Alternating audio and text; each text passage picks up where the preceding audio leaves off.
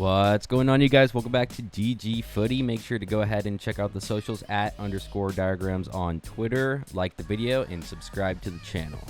Let's go ahead and jump into the news.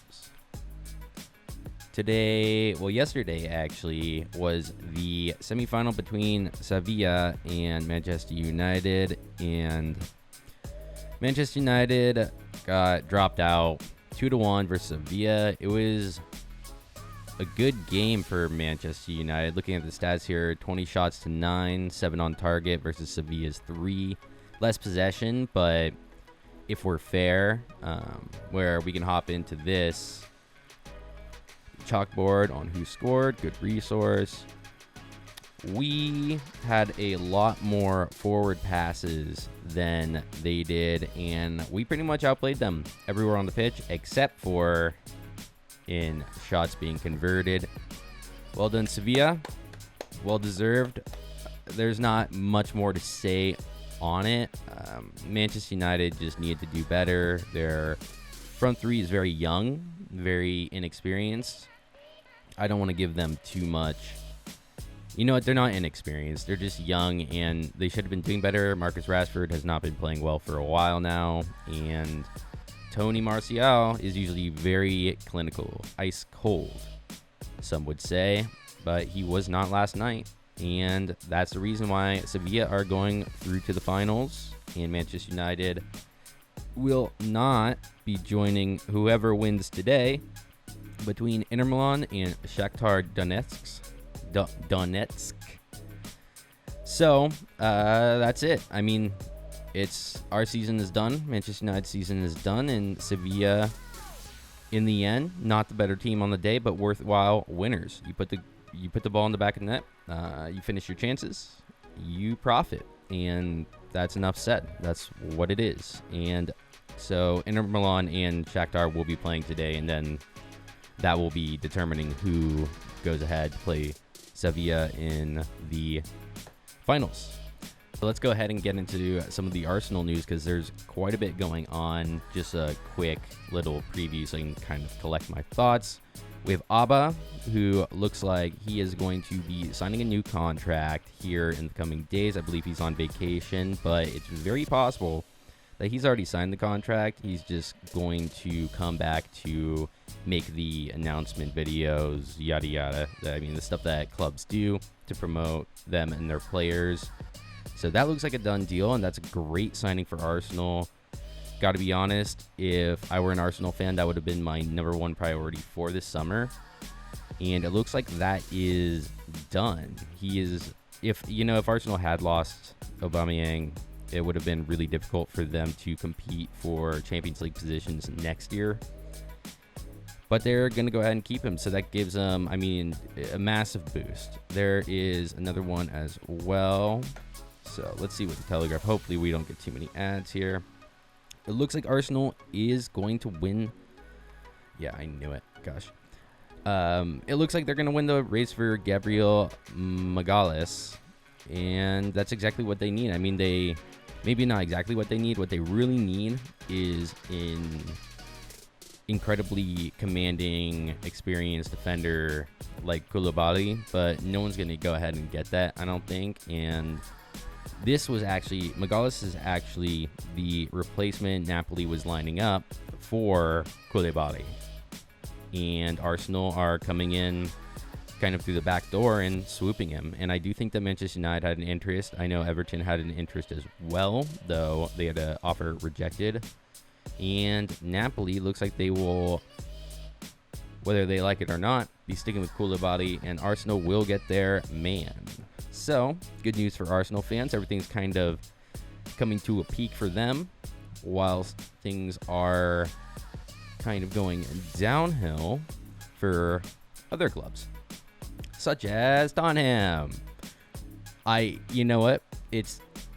I heard someone say that Joe Hart's signing is just to fill the English player quota that every Premier League club is required to have in their squad at the beginning and end of each season, which is probably true.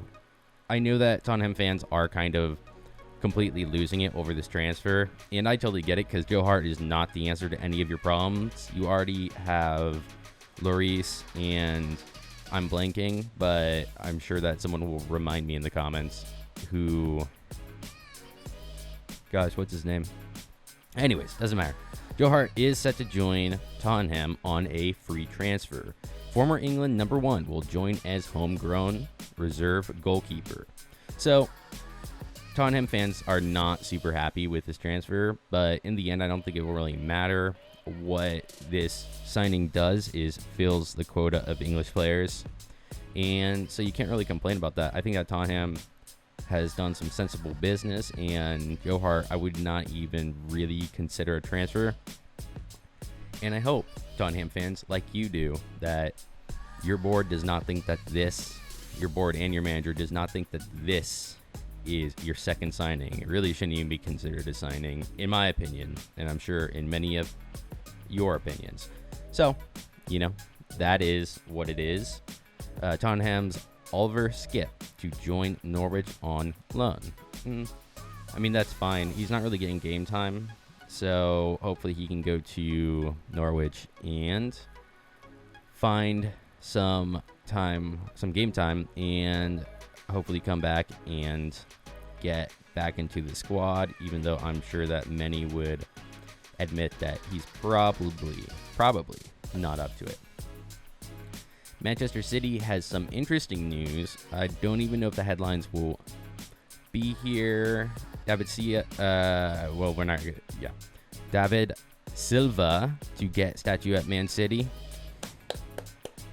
One of the all-time best attacking midfielders in the Premier League. Granted, the Premier League started, I believe, in 93 is when it started. So that was the year I was born. Hey. So, he's going to get a statue. But then there are also rumors that they are trying to line up a move for Lionel Messi, which would be... I always hear about these things once every 2 or 3 years, especially near Messi's contract renewals, the season 4 Messi's contract renewals. This pops up and he starts getting linked with a bunch of places, lots of clubs, lots of top clubs. This time there might actually be more in it because of the state of Barcelona. Barcelona are replacing their manager with Ronald Koeman, who currently, I believe, is the Dutch national side's coach, and they need a full revamp, but just getting a new coach in is not going to fix all the problems at that club. So Messi may be looking at it and being like, you know what? He's already come out and protested to the board of Barcelona and the president, and he might just be fed up and ready to leave.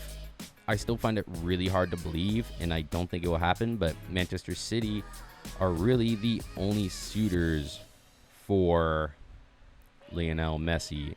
So, report Messi wants to leave Barca now. So you can see that. Still rather doubtful that will happen, but you never know. So, we will see. Who have we missed? Chelsea.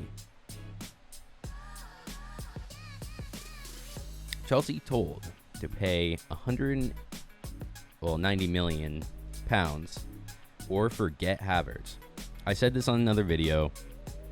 These German clubs are playing the transfer market the way that they always have. They're very strict on what they want, and if you don't pay it, you don't get them. Same issue that Sancho and Manchester United are going through is the same deal that Chelsea's going through with Kai Havertz. So,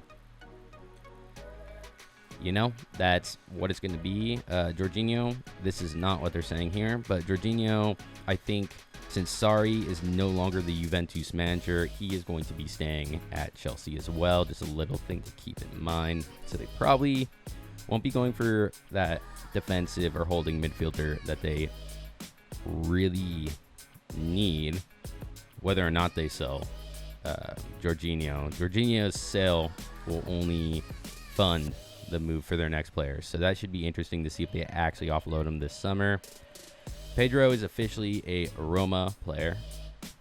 We knew that was going to happen for I believe he announced it himself like a month or two ago. So Chelsea won $25 million from Leeds for Batshuayi. I would get rid of him. They have better forwards, and they have brought in better forwards in Ziyech, Werner, and possibly Havertz.